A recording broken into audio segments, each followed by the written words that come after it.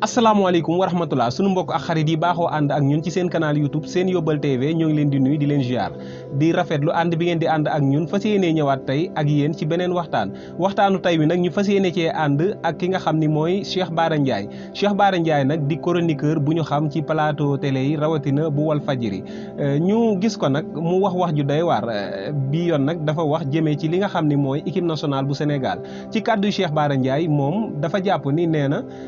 équipe nationale bu Sénégal qualifié nañu waaye nag demuñu Qatar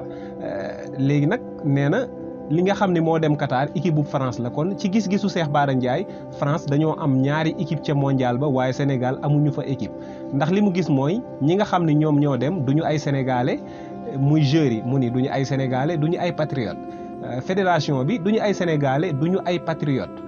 ba ci ministère bi mu ni ministre bi du sénégalais te du patriote loolu nag di kàdduy Cheikh Bara Ndiaye nag moom nee na supporté wu leen te it bu ñu gañee wala ñu gañe leen yoonam nekku ci bu ñu gañee lu ñu ko te bu ñu leen gañee tamit amu ci dara lu ko ci metti wala lu ko ci déranger loolu mooy xalaatu Cheikh Bara Ndiaye te it nee na suñu match bi ñu ñàkk suñu diggante ak Hollande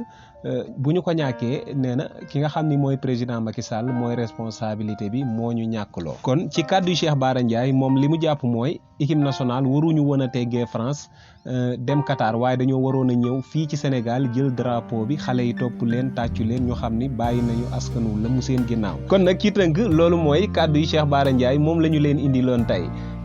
xam naa dañuy yemale fii vidéo bi di leen jox